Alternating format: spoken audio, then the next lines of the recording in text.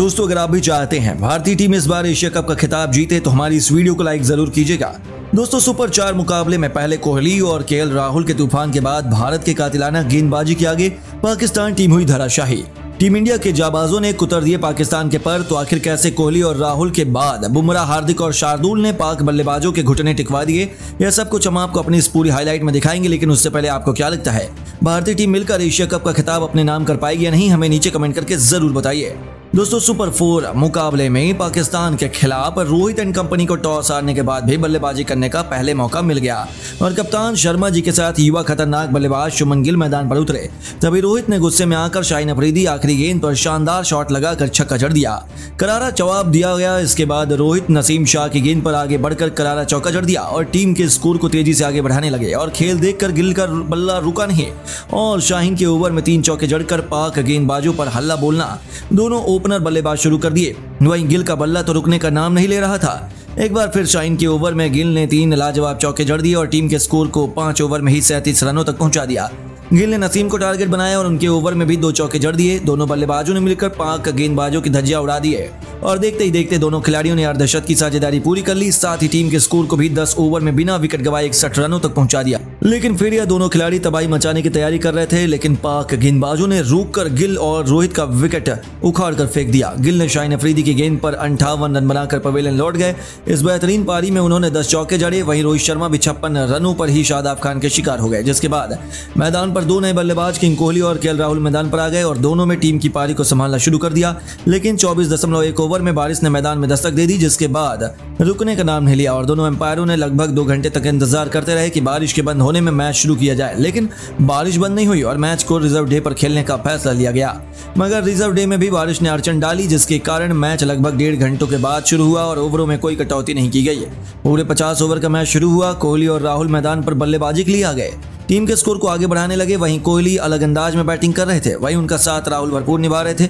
राहुल ने एक ऐसा खतरनाक चौका शाहीन की गेंद पर जड़ा, जिसे देखकर कोहली भी हैरान रह गए और ये दोनों खिलाड़ी टीम को 30 ओवरों में 175 रन तक पहुंचा दिया। दोनों बल्लेबाज खतरनाक बल्लेबाजी कर रहे थे। वहीं अपनी टीम के लिए 31 ओवर फेंकने आए इफ्तिकार अहमद के राहुल ने शानदार शुरुआत की और 2 गेंदों पर 1 चौका और 1 छक्का जड़ दिया। टीम के स्कोर को 31 ओवर में 186 रनों तक पहुंचा दिया। मगर ये दोनों बल्लेबाज अभी भी रुकने का नाम नहीं लिए और पाकिस्तानी गेंदबाजों की जमकर धुनाई करते हुए केएल राहुल तो मानो आज कुछ इतिहास रचने के इरादे से मैदान पर उतरे हों। मुझे इस संन्यास में वह पाकिस्तानी गेंदबाजों की कमर तोड़ना ही कर रहे थे। देखकर ऐसा लग रहा था कि भारतीय टीम आज पहाड़ जैसे स्कोर पाकिस्तान के सामने खड़ा करने वाली है। राहुल ने शानदार बल्लेबाजी करते हुए अपना शतक ठोक दिया। वहीं कोहली भी रुकने का नाम नहीं लिया। देखते देखते उन्होंने भी अपना शतक पूरा कर लिया और दोनों बल्लेबाजों ने मिलकर दोहरा शत की साझेदारी कर ली और उसके बाद भी ये दोनों बल्लेबाज रुकने का नाम नहीं लिए और गजब की धुनाई करते गए और टीम के स्कोर को 50 ओवर में पाकिस्तान के सामने 356 रनों का विशाल स्कोर खड़ा कर दिया। वहीं पाकिस्तान टीम को लक्ष्य का पीछा करना इतना आसान नहीं होने वाला था, लेकिन पाकिस्तान के ओपनर बल्लेबाज फखर जमान और इमामुल हक मैदान पर उतरे। उनके सामने गेंद लेकर जसप्रीत बुमराह तैयार खड़े थे। जी हां, उन्होंने पाकिस्तानी ओपनर को पहले ओवर में खूब चकमा दिया और पहले 5 रन ही बनाने दिए। लेकिन पाकिस्तानी खिलाड़ी अपने टीम के स्कोर को धीरे धीरे आगे बढ़ाना शुरू कर दिए और संभल कर बल्लेबाजी करने लगे। लेकिन वहीं भारतीय गेंदबाज जसप्रीत बुमराह मोहम्मद सिराज की जोड़ी खतरनाक गेंदबाजी कर रही थी, जिनके आगे भी पाकिस्तान बल्लेबाजों को कुछ समझ नहीं आ रहा था। वहीं फखर जमान ने 8 गेंद खेलने के बाद भी अपना खाता नहीं खोल पा रहे थे। ऐसे में अब आप भी अंदाजा लगा सकते हैं कि भारतीय गेंदबाजों के सामने पाकिस्तानी खिलाड़ियों को कितनी कड़ी परीक्षा देनी पड़ रही है और दोनों बल्लेबाज भारतीय गेंदबाजों के सामने जूझते नजर आ रहे थे।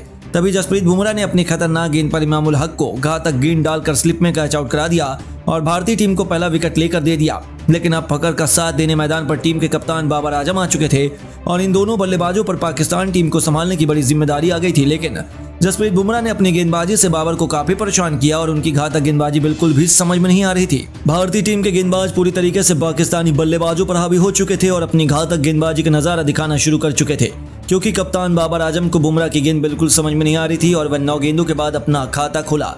पाकिस्तान के दोनों बल्लेबाज अपनी टीम के स्कोर को तेजी से आगे बढ़ाना चाहते थे, लेकिन भारत की घातक गेंदबाजी दोनों खिलाड़ियों को बाधक बनकर रखी हुई थी। जो पाकिस्तान टीम केवल 10 ओवर में 1 विकेट गंवाकर 43 रन ही बना सकी और खिलाड़ी पूरे दबाव में खेलते दिख रहे थे। वहीं रोहित शर्मा ने चतुराई दिखाकर 10 ओवर के बाद गेंद हार्दिक पांड्या को थमा दी और हार्दिक पांड्या ने अपने ओवर में पाकिस्तान कप्तान बाबर आजम का विकेट उखाड़कर फेंक दिया और भारतीय टीम के लिए दूसरा विकेट चटका लिया और पाकिस्तान के खेमे में निराशा झलकने लगी।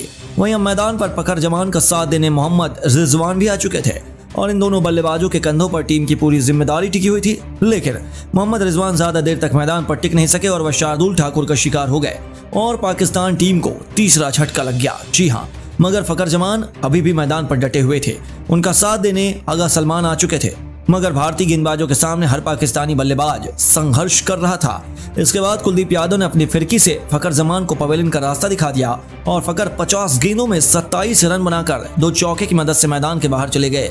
ऐसे में अब लगने लगा कि पाकिस्तान टीम इस लक्ष्य का पीछा नहीं कर पाएगी, क्योंकि 19.4 ओवर में ही पाक टीम के 77 रनों पर 4 विकेट गिर चुके थे और अंतिम नतीजा क्या हुआ, उनकी सभी उम्मीदें चकनाचूर हो गई थी। देखते ही देखते टीम इंडिया ने पूरी की पूरी पाकिस्तान को ऑल आउट कर एक आसान से जीत की कहानी लिखी। इसके सबसे बड़े हीरे राहुल और कोहली थे। तो दोस्तों, आपको क्या लगता है, भारतीय टीम इस बार एशिया कप का खिताब अपने नाम कर पाएगी या नहीं? हमें नीचे कमेंट करके जरूर बताइए और ऐसी ही शानदार खबरों के लिए हमारे चैनल को सब्सक्राइब करना ना भूलें। धन्यवाद।